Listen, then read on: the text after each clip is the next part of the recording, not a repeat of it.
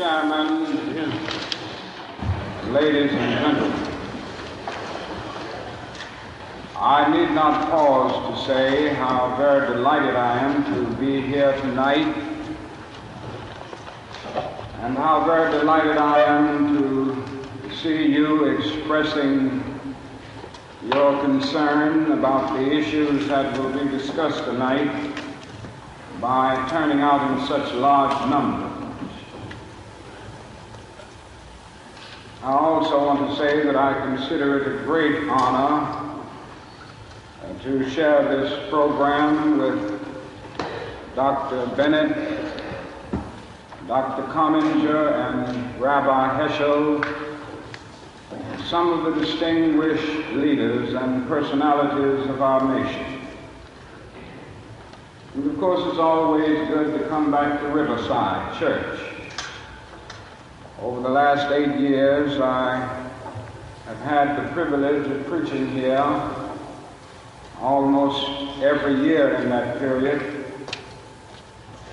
It is always a rich and rewarding experience to come to this great church and this great pulpit. I come to this magnificent house of worship tonight because my conscience leaves me no other choice.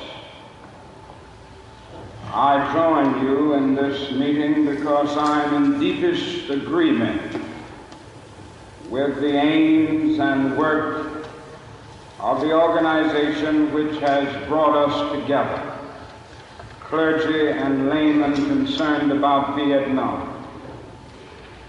The recent statements of your executive committee are the sentiments of my own heart, and I found myself in full accord when I read its opening lines.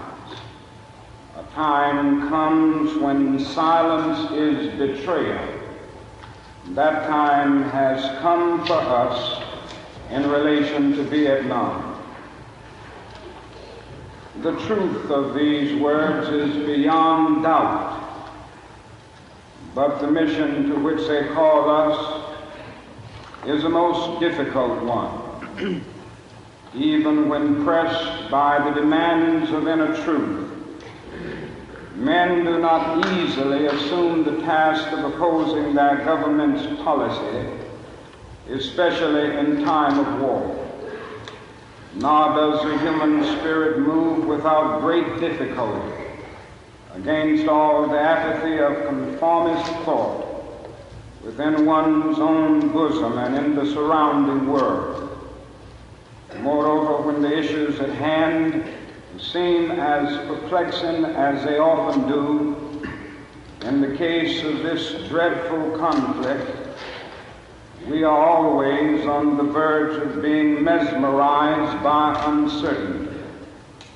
But we must move on. Some of us who have already begun to break the silence of the night have found that the calling to speak is often a vocation of agony. But we must speak. We must speak with all the humility that is appropriate to our limited vision. But we must speak. And we must rejoice as well, for surely this is the first time in our nation's history that a significant number of its religious leaders have chosen to move beyond the prophesying of smooth patriotism to the high grounds of a firm dissent based upon the mandates of conscience and the reading of history. Perhaps a new spirit is rising among us. If it is, let us trace its movements and pray that our own inner being may be sensitive to its guidance. For we are deeply in need of a new way beyond the darkness that seems so close around. Over the past 2 years, as I have moved to break the betrayal of my own silences and to speak from the burnings of my own heart, as I have called for radical departures from the destruction of Vietnam, Many persons have questioned me about the wisdom of my path. At the heart of their concerns, this query has often loomed large and loud. Why are you speaking about the war, Dr. King? Why are you joining the voices of dissent? Peace and civil rights don't mix, they say. Aren't you hurting the cause of your people, they ask. And when I hear them, though I often understand the source of their concern, I am nevertheless greatly saddened, for such questions mean that the inquirers have not really known me, my commitment or my calling. Indeed, their questions suggest that they do not know the world in which they live. In the light of such tragic misunderstanding, I deem it of signal importance to try to state clearly, and I trust concisely, why I believe that the path from Dexter Avenue Baptist Church, a church in Montgomery, Alabama, where I began my pastorate, leads clearly to this sanctuary tonight. I come to this platform tonight to make a passionate plea to my beloved nation. This speech is not addressed to Hanoi or to the National Liberation Front. It is not addressed to China or to Russia. Nor is it an attempt to overlook the ambiguity of the total situation and the need for a collective solution to the tragedy of Vietnam. Neither is it an attempt to make North Vietnam or the National Liberation Front paragons of virtue, not to overlook the role they must play in the successful resolution of the problem. While they both may have justifiable reasons to be suspicious of the good faith of the United States, life and history give eloquent testimony to the fact that conflicts are never resolved without trustful give and take on both sides. Tonight, however, I wish not to speak with Hanoi and the National Liberation Front, but rather to my fellow Americans. Since I am a preacher by calling, I suppose it is not surprising that I have 7 major reasons for bringing Vietnam into the field of my moral vision. That is, at the outset, a very obvious and almost facile connection between the war in Vietnam and the struggle I and others have been waging in America. A few years ago, there was a shining moment in that struggle. It seemed as if there was a real promise of hope for the poor, both black and white, through the poverty program. There were experiments, hopes, new beginnings. Then came the build-up in Vietnam. And I watched this program broken and eviscerated as if it was some idle political plaything of a society gone mad on war. And I knew that America would never invest the necessary funds or energies in rehabilitation of its poor so long as adventures like Vietnam continue to draw men and skills and money like some demonic destructive suction tube. So I was increasingly compelled to see the war as an enemy of the poor and to attack it as such. Perhaps a more tragic recognition of reality took place, and it became clear to me that the war was doing far more than devastating the hopes of the poor at home. It was sending their sons and their brothers and their husbands to fight and to die in extraordinarily high proportions relative to the rest of the population. We were taking the black young men who had been crippled by our society and sending them 8,000 miles to guarantee liberties in Southeast Asia, which they had not found in Southwest Georgia and East Holland. So we have been repeatedly faced with the cruel irony of watching Negro and white boys on TV screens and They kill and die together for a nation that has been unable to seat them together in the same schools. So we watch them in brutal solidarity, burning the huts of a poor village, but we realize that they would hardly live on the same block in Chicago. I cannot be silent in the face of such cruel manipulation of the poor. My third reason moves to an even deeper level of awareness, for it grows out of my experience in the ghettos of the North over the last 3 years, especially the last 3 summers. As I have walked among the desperate, rejected, and angry young men, I have told them that Molotov cocktails and rifles would not solve their problems. I have tried to offer them my deepest compassion while maintaining my conviction that social change comes most meaningfully through nonviolent action. But they ask, and rightly so, what about Vietnam? They ask if our home nation wasn't using massive doses of violence to solve its problems, to bring about the changes it wanted.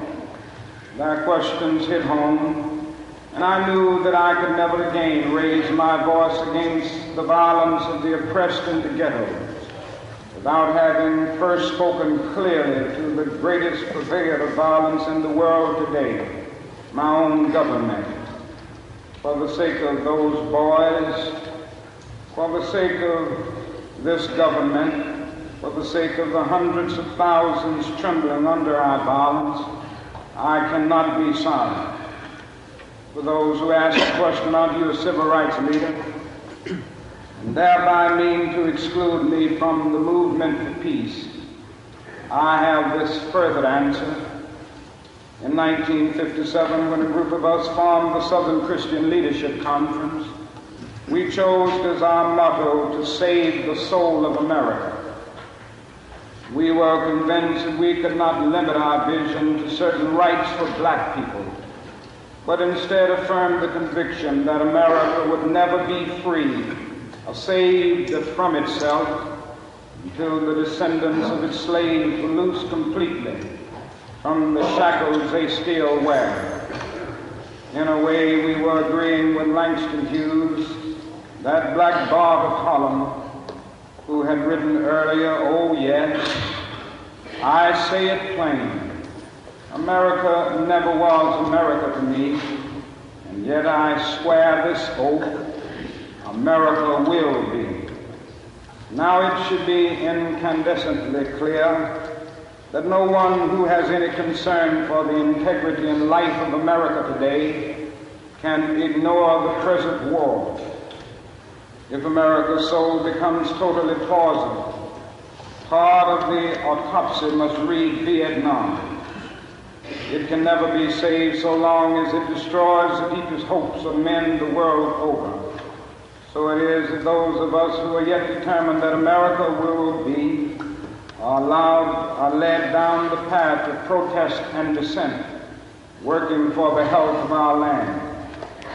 As if the weight of such a commitment to the life and health of America were not enough, another burden of responsibility was placed upon me in 1954, and I cannot forget that the Nobel Peace Prize was also a commission to work harder than I had ever worked before for the brotherhood of man.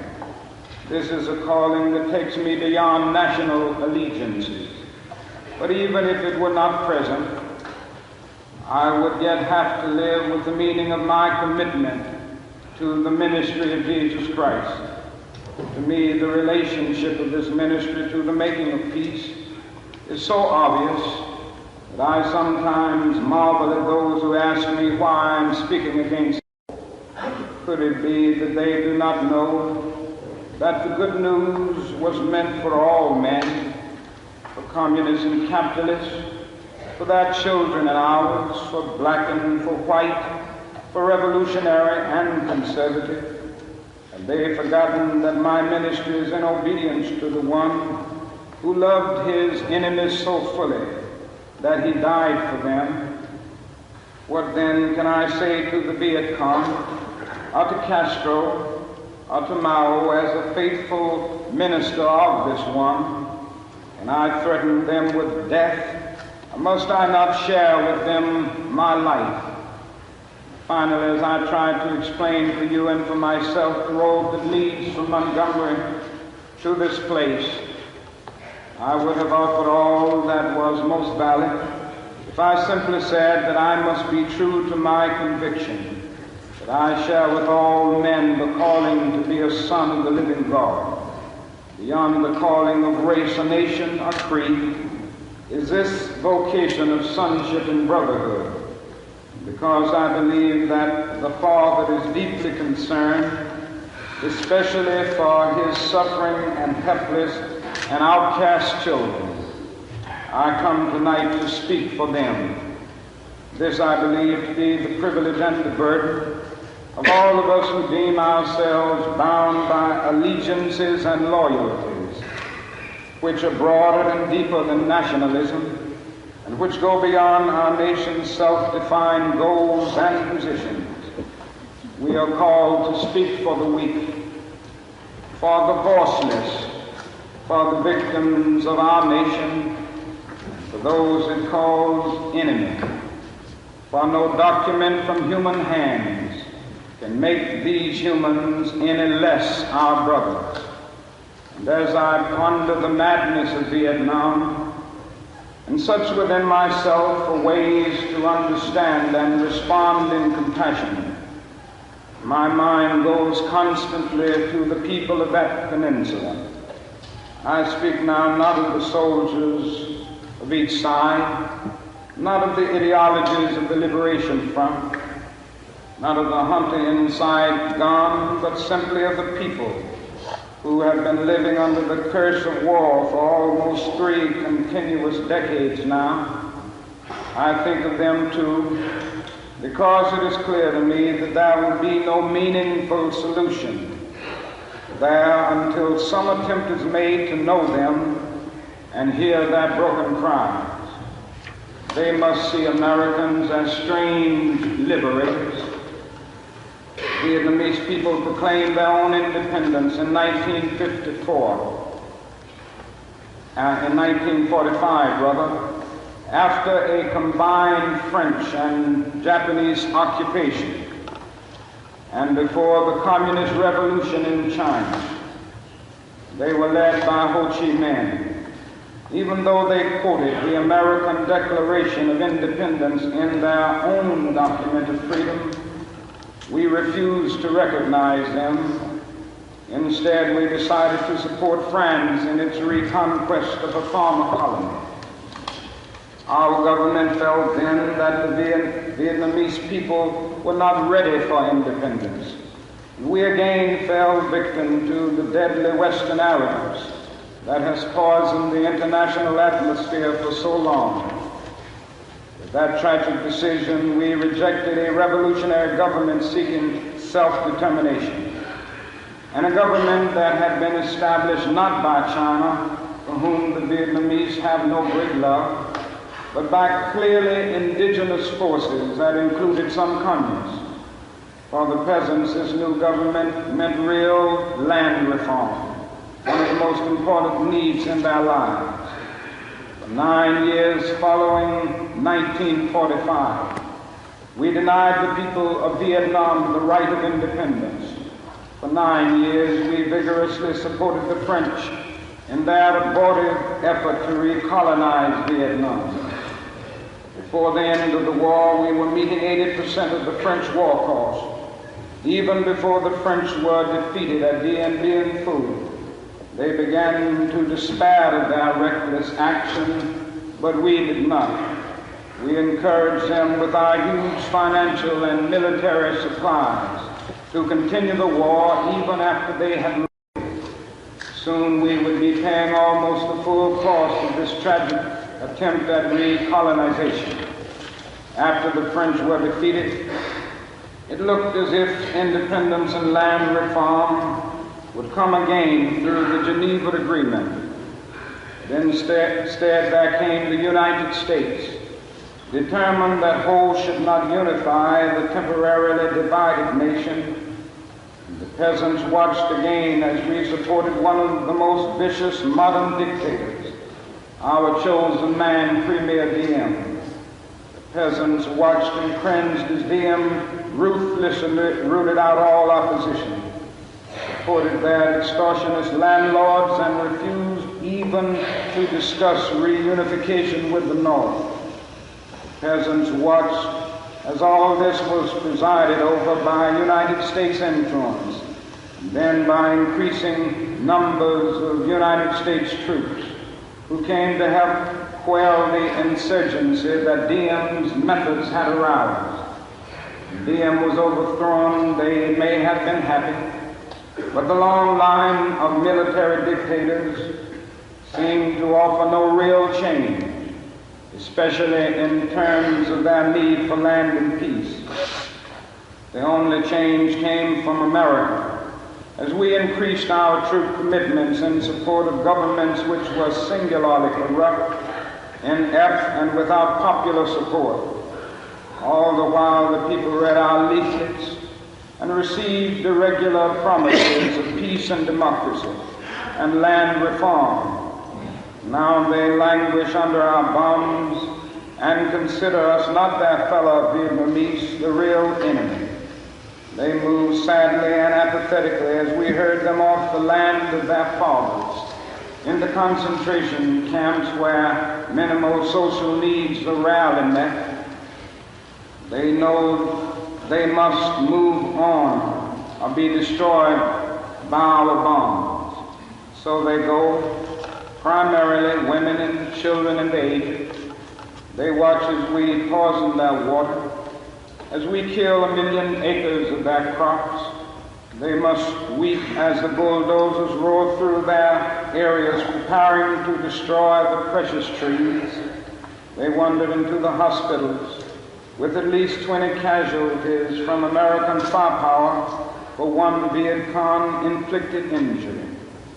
So far we may have killed 1 million of them, mostly children. They wander into the towns and see thousands of the children, homeless, without clothes, running in packs on the streets like animals. They see the children degraded by our soldiers as they beg for food. They see the children selling their sisters to our soldiers, soliciting for their mothers. What do the peasants think as we ally ourselves with the landlords, and as we refuse to put any action into our many words concerning land reform? What do they think as we test out our latest weapons on them, just as the Germans tested out new medicine and new tortures in the concentration camps of Europe? Where are the roots of the independent Vietnam we claim to be building? Is it among these voiceless ones? We have destroyed their two most cherished institutions, the family and the village. We have destroyed their land and their crops. We have cooperated in the crushing of the nation's only non-communist revolutionary political force, the Unified Buddhist Church. We have supported the enemies of the peasants of Saigon. We have corrupted their women and children and killed their men. Now that is little left to build on save bitterness. Soon the only solid physical foundations remaining will be found at our military bases and in the concrete of the concentration camps we call fortified hamlets. The peasants may well wonder if we plan to build our new Vietnam on such grounds as these. But we blame them for such thoughts. We must speak for them and raise the questions they cannot raise. These too are our brothers.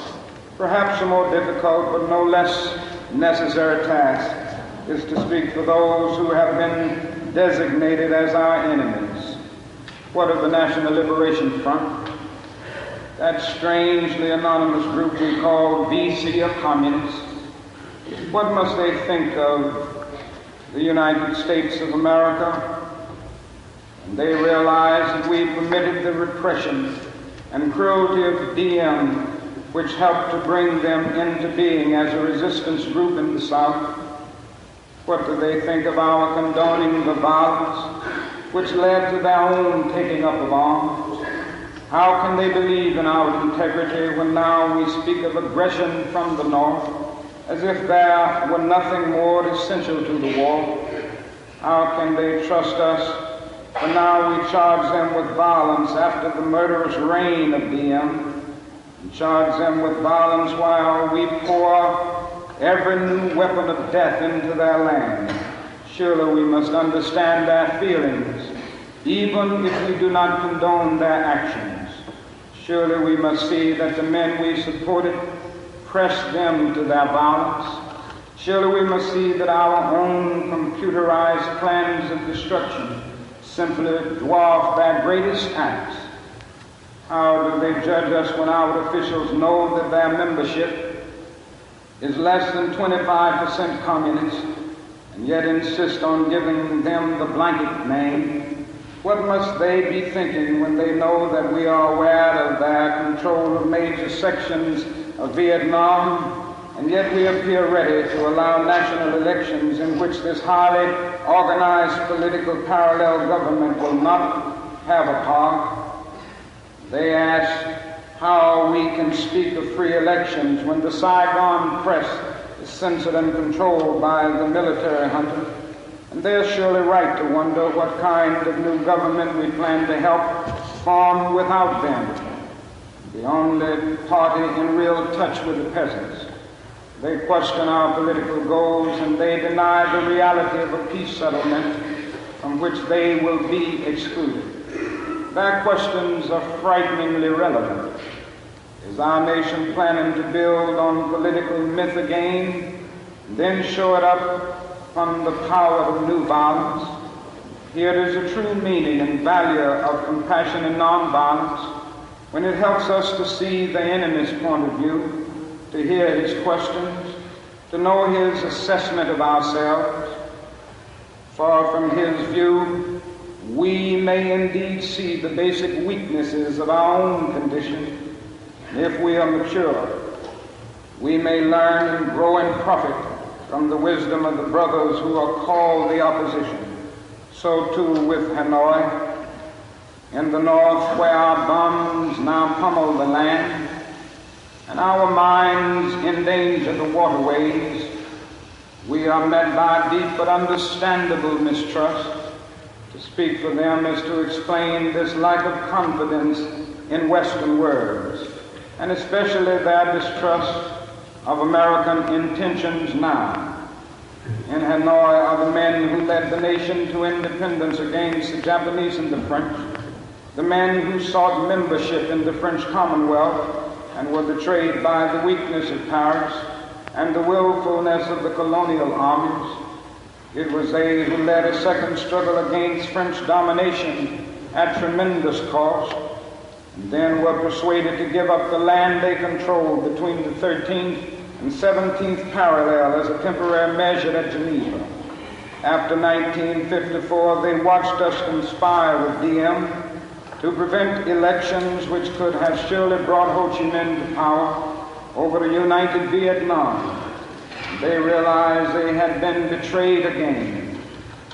And we ask why they do not leap to negotiate. These things must be remembered. Also, it must be clear that the leaders of Hanoi considered the presence of American troops in support of the DM regime to have been the initial military breach of the Geneva Agreement concerning foreign troops.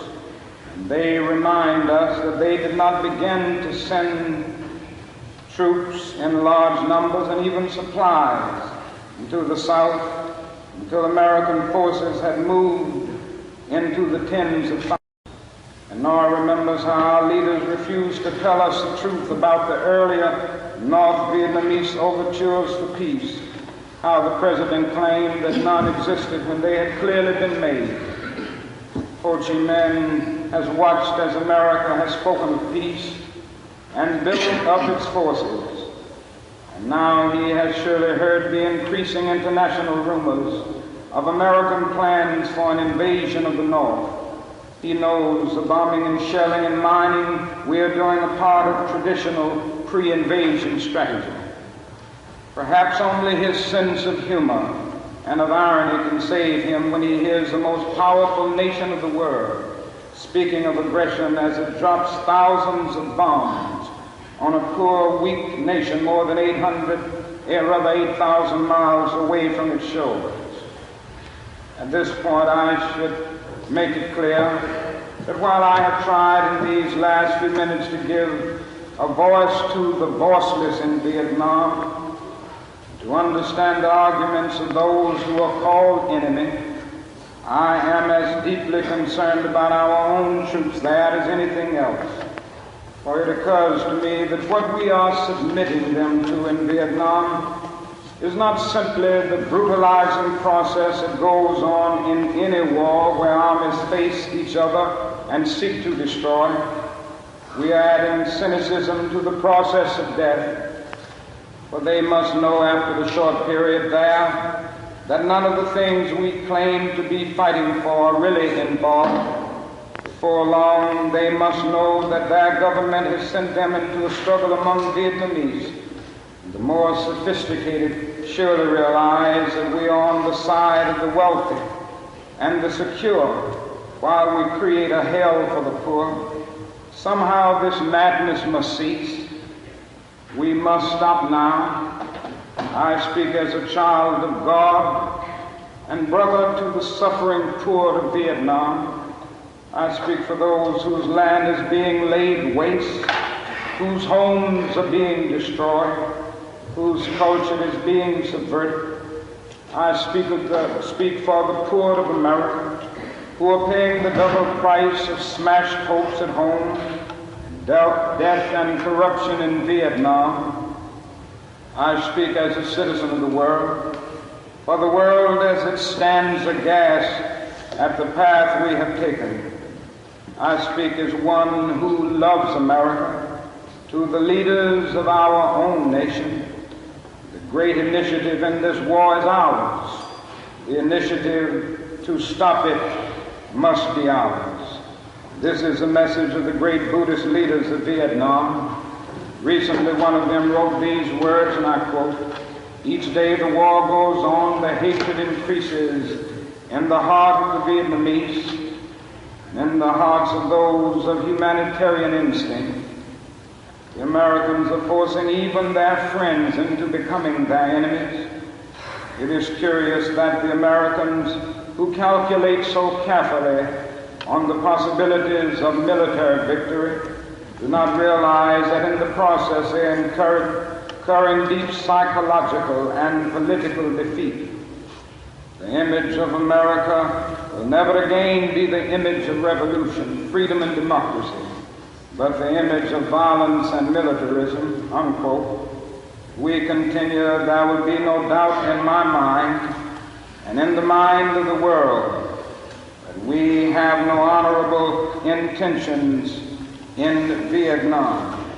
We do not stop our war against the people of Vietnam immediately.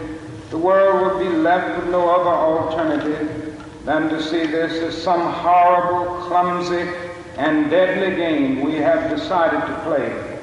The world now demands a maturity of America that we may not be able to achieve. It demands that we admit that we have been wrong from the beginning of our adventure in Vietnam, that we have been detrimental to the life of the Vietnamese people. The situation is one in which we must be ready to turn sharply from our present ways in order to atone for our sins and errors in Vietnam. We should take the initiative in bringing a halt to this tragic war. I would like to suggest 5 concrete things that our government should do to begin the long and difficult process of extricating ourselves from this nightmarish conflict. Number 1, end all bombing in North and South Vietnam. Number two, declare a unilateral ceasefire in the hope that such action will create the atmosphere for negotiation. Three, take immediate steps to prevent other battlegrounds in Southeast Asia by curtailing our military buildup in Thailand and our interference in Laos. Four, realistically accept the fact that the National Liberation Front has substantial support in South Vietnam and must thereby play a role in any meaningful negotiations and any future Vietnam government. Five, set a date that we will remove all foreign troops from Vietnam in accordance with the 1954 Geneva Agreement. Part of our ongoing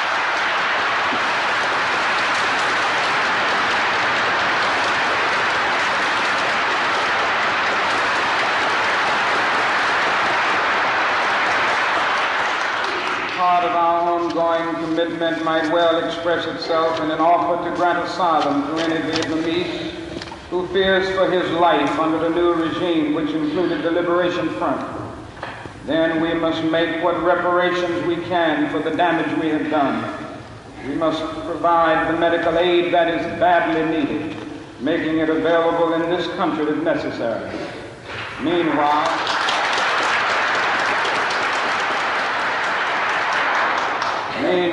we in the churches and synagogues have a continuing task while we urge our government to disengage itself from a disgraceful commitment.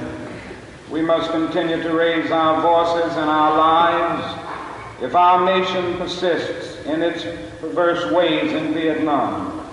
We must be prepared to match actions with words by seeking out every creative method of protest possible. As we counsel young men concerning military service, we must clarify for them our nation's role in Vietnam and challenge them with the alternative of conscientious objection.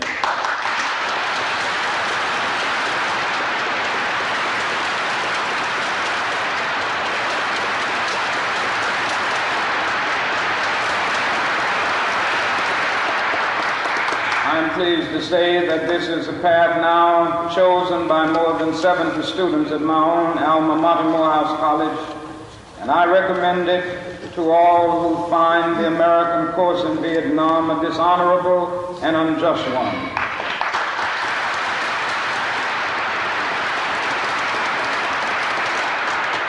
Moreover, I would encourage all ministers of draft age to give up their ministerial exemptions and seek status as conscientious objectors.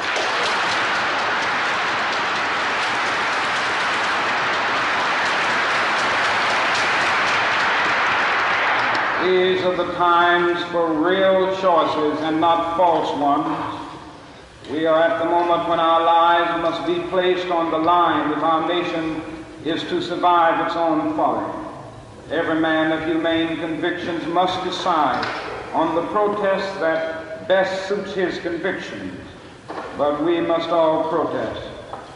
Now that is something seductively tempting about stopping there and sending us all off on what in some circles has become a popular crusade against the war in Vietnam. I say we must enter that struggle, but I wish to go on now to say something even more disturbing. The war in Vietnam is but a symptom of a far deeper malady within the American spirit.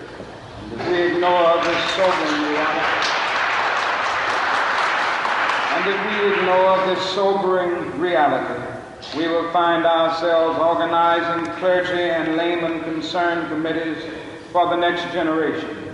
They will be concerned about Guatemala and Peru. They will be concerned about Thailand and Cambodia. They will be concerned about Mozambique and South. We will be marching for these and a dozen other names and attending rallies without end unless there is a significant and profound change in American life and policy.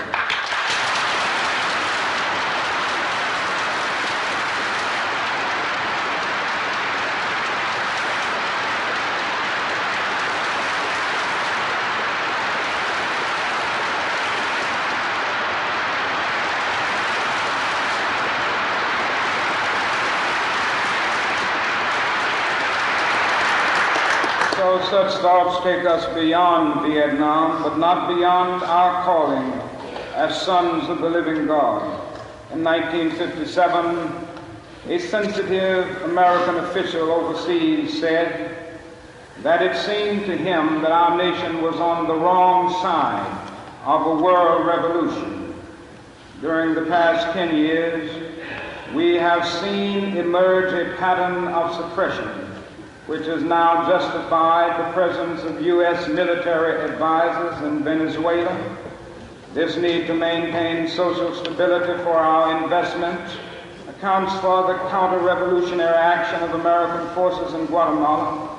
It tells why American helicopters are being used against guerrillas in Cambodia, and why American napalm and Green Beret forces have already been active against rebels in Peru. It is with such activity in mind that the words of the late John F. Kennedy come back to haunt us. 5 years ago, he said, "Those who make peaceful revolution impossible will make violent revolution inevitable."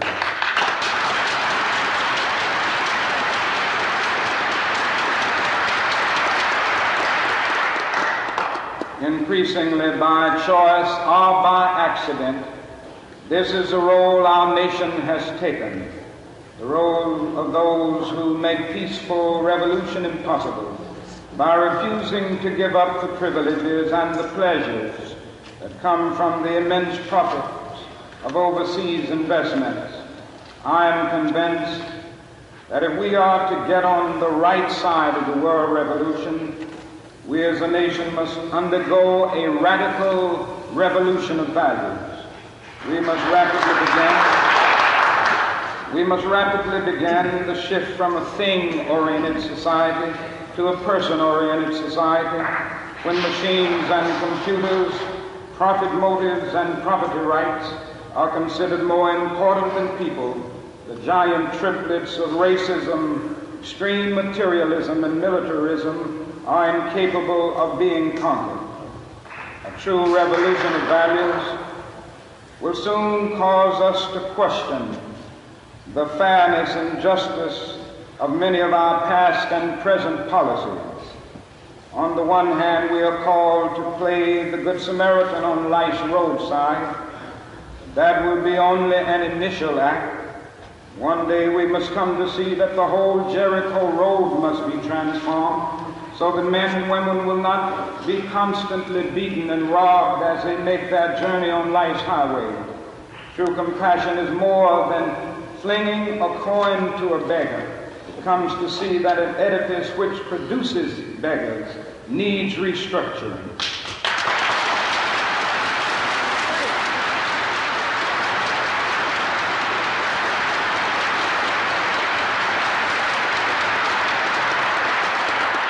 True revolution of values will soon look uneasily on the glaring contrast of poverty and wealth. With righteous indignation, it will look across the seas and see individual capitalists of the West investing huge sums of money in Asia, Africa, and South America, only to take the profits out, no concern for the social betterment of the countries, and say this is not just. It will look at our alliance with the landed gentry of South America and say this is not just. Western arrogance of feeling that it has everything to teach others and nothing to learn from them is not just. A true revolution of values will lay hand on the world order and say of war, this way of settling differences is not just. This business of burning human beings with napalm, filling our nation's homes with orphans and widows, of injecting poisonous drugs of hate into the veins of people's normal, sending men home from dark and bloody battlefields, physically handicapped and psychologically deranged, cannot be reconciled with wisdom, justice, and love. A nation that continues year after year to spend more money on military defense than on programs of social uplift is approaching spiritual death.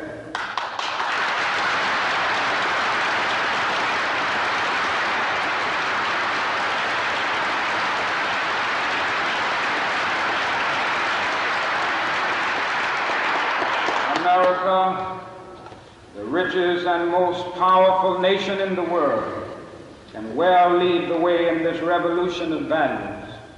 That is nothing except a tragic death wish to prevent us from reordering our priorities so that the pursuit of peace will take precedence over the pursuit of war. There's nothing to keep us from molding a recalcitrant status quo with bruised hands until we have fashioned it into a brotherhood. This kind of positive revolution of values is our best defense against communism. War is not the answer. Communism will never be defeated by the use of atomic bombs and nuclear weapons. Let us not join those who shout war and through their misguided passions urge the United States to relinquish its participation in the United Nations. These are days which demand wise restraint and calm reasonableness. We must not engage in a negative anti-communism, but rather in a positive thrust for democracy.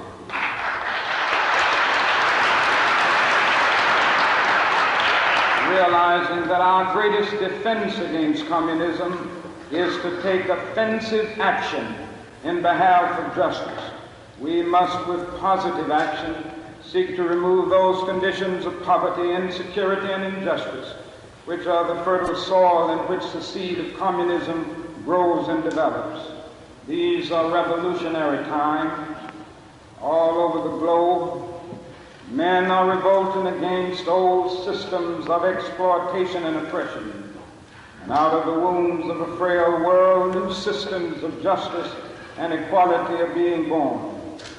Shirtless and barefoot people of the land are rising up as never before. People who sat in darkness have seen a great light. We in the West must support these revolutions. It is a sad fact that because of comfort, complacency, a morbid fear of communism, and our proneness to adjust to injustice, the Western nations that initiated so much of the revolutionary spirit of the modern world have now become the arch anti-revolutionaries. This has driven many to feel that only Marxism has a revolutionary spirit. Therefore, communism is a judgment against our failure to make democracy real and follow through on the revolutions that we initiate. Our only hope today lies in our ability to recapture the revolutionary spirit and go out into a sometimes hostile world, declaring eternal hostility to poverty, racism, and militarism. This powerful commitment, we shall boldly challenge the status quo and unjust mores, and thereby speed the day when every valley shall be exalted and every mountain and hill shall be made low. Yes. Crooked shall be made straight, and the rough places plain. Genuine revolution of values means, in the final analysis, that our loyalties must become ecumenical rather than sectional. Every nation must now develop an overriding loyalty to mankind as a whole in order to preserve the best in their individual societies. This call for a worldwide fellowship that lifts neighborly concern beyond one's tribe, race, class, and nation is in reality a call for an all-embracing and unconditional love for all mankind. This oft misunderstood, this oft misinterpreted concept, so readily dismissed by the Nietzsches of the world as a weak and cowardly, has now become an absolute necessity for the survival of man. When I speak of love, I'm not speaking of some sentimental and weak response. I'm not speaking of that force which is just emotional bosh. I'm speaking of that force which all of the great religions have seen as the supreme unifying principle of life. Love is somehow the key that unlocks the door which leads to ultimate reality. This Hindu, Muslim, Christian, Jewish, Buddhist belief about ultimate reality is beautifully summed up in the first epistle of St. John. Let us love one another. Yes. For love is God. Yes. And every one that loveth is born of God and knoweth God. He that loveth not knoweth not God, for God is love. If we love one another, God dwelleth in us, and his love is perfected in us. Let us hope that this spirit will become the order of the day. We can no longer afford to worship the God of hate, or bow before the altar of retaliation. The oceans of history are made turbulent by the ever-rising tides of hate. History is cluttered with the records of nations and individuals that pursued this self-defeating path of hate. As Arnold Toynbee says, love is the ultimate force that makes for the saving choice of life and good against the damning choice of death and evil. Therefore, the first hope in our inventory must be the hope that love is going to have the last word, unquote. We are now faced with the fact, my friends, that tomorrow is today. We are confronted with the fierce urgency of now.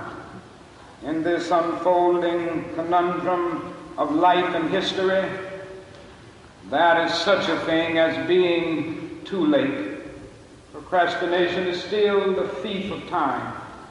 Life often leaves us standing bare, naked, and dejected with a lost opportunity. The tide in the affairs of men does not remain at flood, it ebbs. We may cry out desperately for time to pause in her passage, but time is adamant to every plea and rushes on over the bleached bones and jumbled residues of numerous civilizations, written the pathetic words, too late. That is an invisible book of life that faithfully records our vigilance or our neglect. Omar Khayyam's right to moving finger rights and having writ moves on.